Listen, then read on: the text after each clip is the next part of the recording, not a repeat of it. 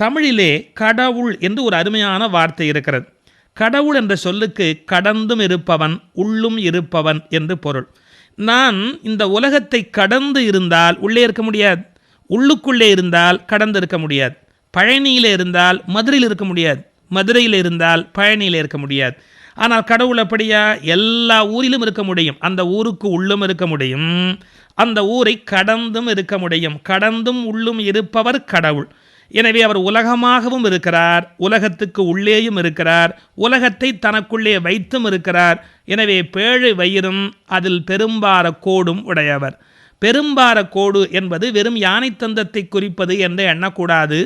பல்லிலே ருத்ர கிரந்தி என்கிற ஒரு முடிச்சு இருக்கிறது.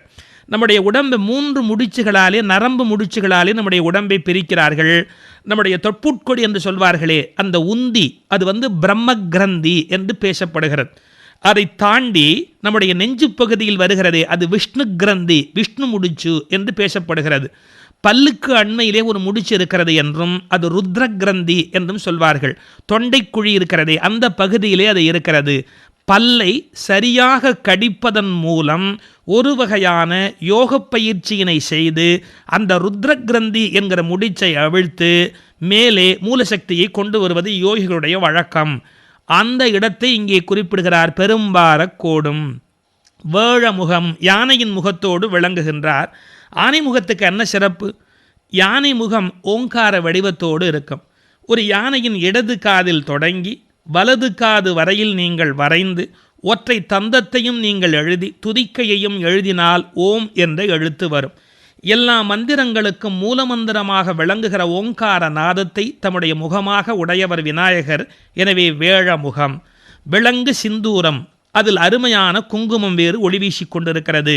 வெள்ளையான திருநீரும் அந்த சிவப்பான குங்குமமும் நாதம் விந்து இரண்டும் கலந்து நாம் உண்டாகிறோம் என்பதனுடைய வெளிப்பாடு. 5 கரமும் 5 கரங்கள் உடையவர். படைத்தல், காத்தல், அழித்தல், அருளல், மறைத்தல் என்ற 5 தொழில் உடையவர். எனவே 5 கரமுடையவர்.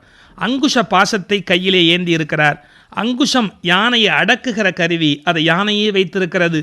தன்னை எவன் அடக்குகிறானோ அவன் ஒப்பற்ற தலைவனாகிறான், தலைவனற்ற தலைவனாகிறான் என்பதை விநாயகப் பெருமான் விளக்குகின்றார். அந்த பாசம் என்பது வேறொன்றுமல்ல, விருப்பு. அந்த அங்குஷம் என்பது வேறொன்றுமல்ல, வெறுப்பு. குரோதாங்குஷம் என்று சொல்வார்கள். பாசம் என்பது விருப்பு. விருப்பு வெறுப்பு என்கிற 2 பண்புகள் தான் நம்முடைய துன்பங்களுக்கு காரணம். இந்த விருப்பையும் வெறுப்பையும் நாம் எப்படி கையாள வேண்டும் என்று கற்றுக்கொண்டு விட்டால் துன்பங்களிலே இருந்து விடுதலை பெறுகிறோம். அப்படிப்பட்ட அங்குஷ பாசமும் நெஞ்சில் குடிகொண்ட நீலமேனி. விநாயகருக்கு ஏது நீலமேனி? ஆகாசம்தான் நீலமேனி. அதை நீங்கள் நினைவிலே வைத்துக் கொள்ள வேண்டும். நெஞ்சிற்குடிகொண்ட நீலமேனியும். இன்னொன்று, இறைவன் நீலாங்க மேனியாக விளங்குகின்றான் என்று திருமந்திரம் சொல்லுகிறது. மாலாங்கனே இங்கு யான் வந்த காரணம் நீலாங்க மேனியின் நேரிழையாளோடு மூலாங்கமாக மொழிந்த திருக்கூத்தின் சீலாங்க வேதத்தை செப்ப வந்தேனே என்று திருமந்திரம் சொல்லுகிறது. எனவே இறைவன் நீலமேனியனாக விளங்குகின்றான் என்று சொல்வார்கள். யோக சாஸ்திரத்திலே பிட்யூட்ரி சுரப்பி, பீனியல் சுரப்பி என்று சொல்லுகிறோம் அல்லவா? மூளையின் முன்புறம் உள்ளது பிட்யூட்ரி சுரப்பி, பின்புறம் உள்ளது பீனியல் கிளாண்ட் எனப்படுகிற சுரப்பி. இவற்றிலே இருந்து வருகின்ற ஒளி நீல நிறமாக விளங்குகிறது. அது தெய்வ ஆற்றல் உடையதாக உள்ளது என்று குறிப்பிடுகிறார்கள். யோக சாஸ்திரத்தில் பிட்யூட்ரி அண்ட் பீனியல் கிளாண்ட் இவற்றிலிருந்து வெளிப்படுகிற அந்த ஆற்றலை நீலமேனி என்று வர்ணிப்பது வழக்கம். நெஞ்சிற்குடிகொண்ட நீலமேனியும் ஞான்ற வாயும் 4 புயமும் தொங்குகின்ற துதிக்கையும் 8 புயங்களும் உடையவராக 4 புயமுமாக இருக்கின்றார். அவருக்கு 3 கண்கள், மும்மதம் பொழிகிறது. அவர் உடம்பில் முப்புரி நூல் திகழ்கிறது. மார்பு அழகாக இருக்கிறது. அப்படிப்பட்டவர் அற்புதன் ஈன்ற கற்பக களிராக விளங்குகிறார். இறைவனுடைய 3 கண்களும் அவனுடைய சூரிய கலை, சந்திர கலை, மத்தியிலே இருக்கிற புருவ மத்தியிலே இருக்கிற அக்னி கலை ஆகிய 3ஐயும் குறிப்பதாக கொள்ள வேண்டும். திரிநேத்திர குடும்பம் என்றே விநாயகருடைய குடும்பம் பேசப்படுகிறது. அகரம், உகரம், மகரம் என்ற 3 எழுத்துக்களால் கூட்டொலியாக நாம் ஓங்காரத்தை அறிகிறோம்.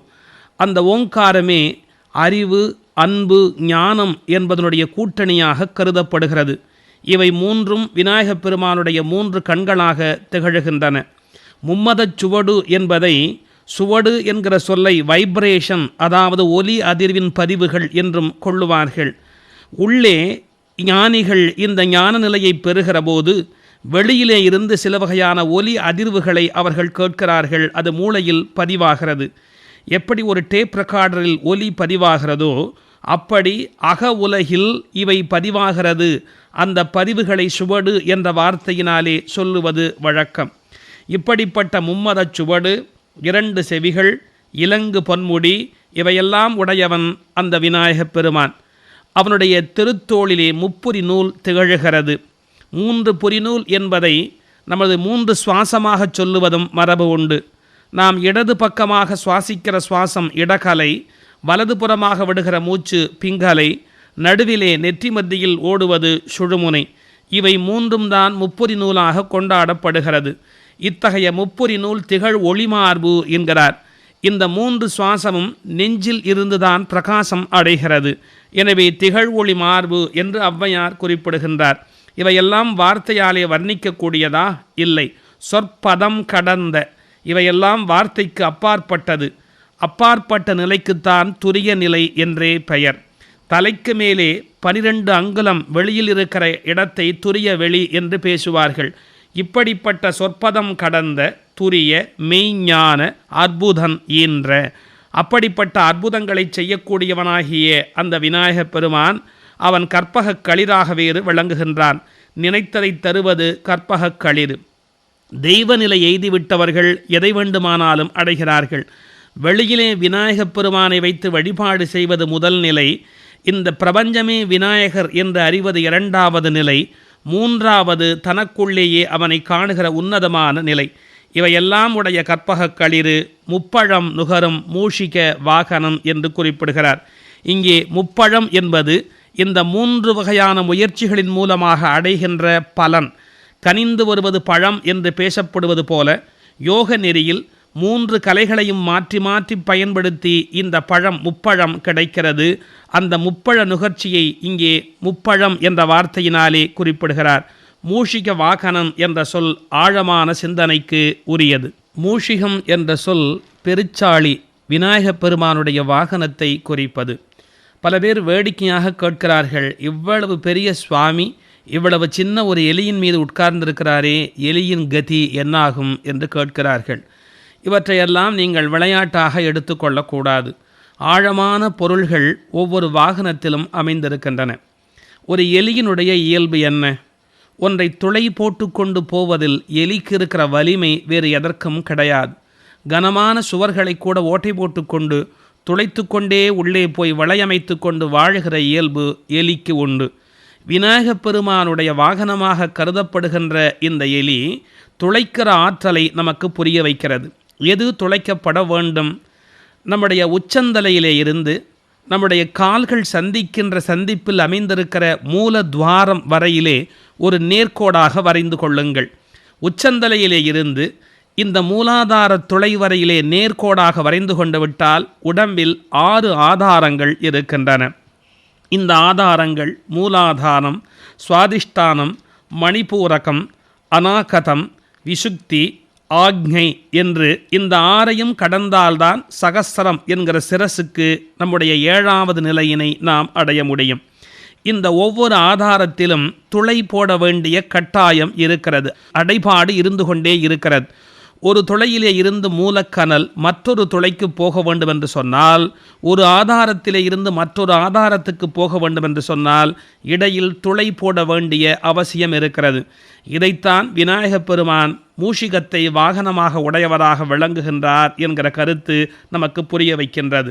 எனவே மூஷிக வாகனன் 6 ஆதாரங்களையும் கடைந்து போகக்கூடிய, துளையிடக்கூடிய ஆற்றலை தன்னுடைய வாகனமாக உடையவன் விநாயகப் பெருமான் என்று பொருள் செய்து கொள்ள வேண்டும்.